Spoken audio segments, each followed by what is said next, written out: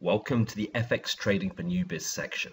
This is one of the definitive sections to the cornerstone of your success in financial markets trading, and it really will uncover the very basics and answer those questions you're probably asking from the outset, the very basics in currency trading or any market for that matter. Okay, so whether you're new to trading or completely new to trading, we thoroughly recommend that you go through this section first, over and above any strategies, risk management or trading psychology, because it will set the foundations in place. So how do markets work, first and foremost?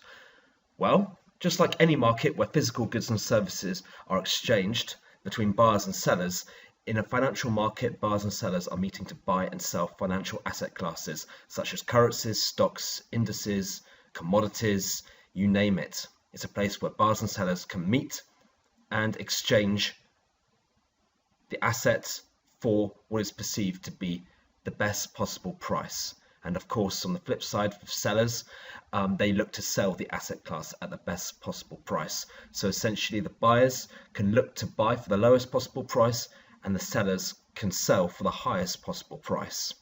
And this, whatever the market price is at the time of being published, is essentially seen as the market price. So as a trader, we decide if we would like to buy and sell. What looks cheap, what looks overbought, what looks oversold, where there's value.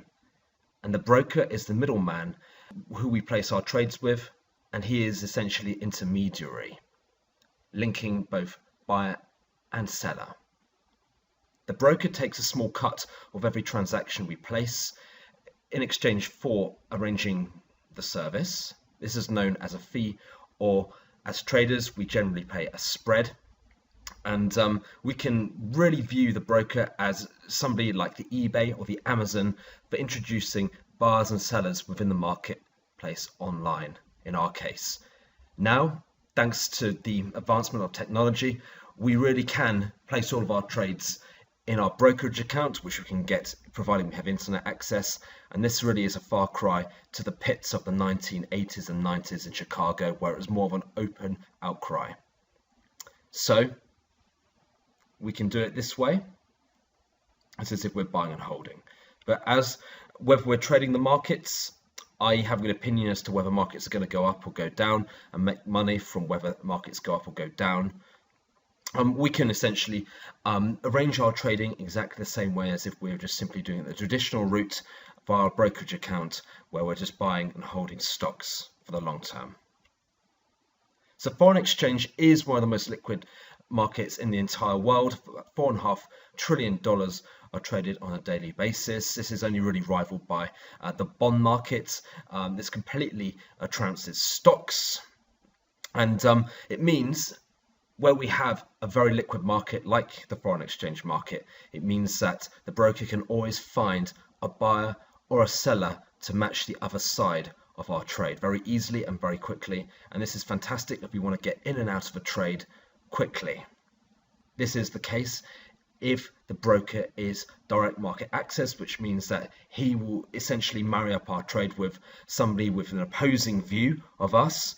Of course, you get brokers who will take the other sides of our trades, who have a B book, for example, where they're essentially doing the opposite of what we're doing. These are certainly more of the more retail traders out there, smaller brokerage houses. And it's true what they say.